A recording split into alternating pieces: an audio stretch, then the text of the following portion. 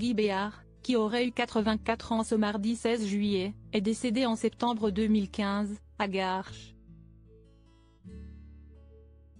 Il y possédait une belle maison, revendue depuis 20 millions d'euros par ses filles, Emmanuelle et Ève. Guy Béart aurait eu 84 ans ce mardi. Connu en tant qu'auteur-compositeur-interprète, mais aussi en tant qu'acteur, producteur et présentateur animateur d'émissions télévisées, il est décédé le 16 septembre 2015, après avoir été victime d'une crise cardiaque en pleine rue à Garches, alors qu'il se rendait chez son coiffeur. Siesti dans cette commune des Hauts-de-Seine qu'il vivait. Ses deux filles, Emmanuelle et Ève, furent les héritières de sa spacieuse demeure, qu'elles ont depuis décidé de vendre.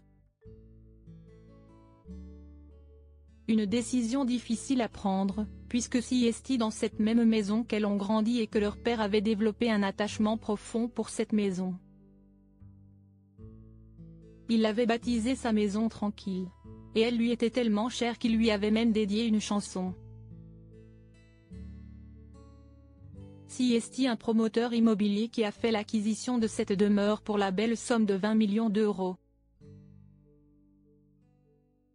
Son objectif étant de créer un ensemble d'appartements d'exception, du studio aux 5 pièces.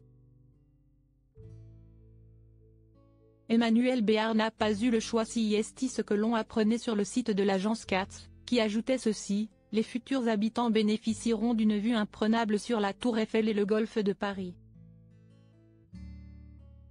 La livraison des appartements est prévue pour la fin de l'année 2021.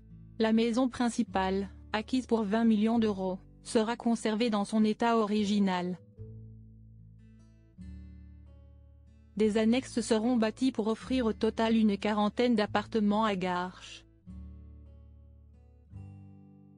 Pour le magazine Ici Paris, Emmanuelle Béart avait tenu à préciser qu'elle et sa sœur n'ont pas eu le choix que de céder leur maison d'enfance, malgré le fait qu'elle était très chère à leur cœur et à celui de leur père. Enfin, ajoutons que cette grande maison de 1500 mètres carrés possède une architecture unique.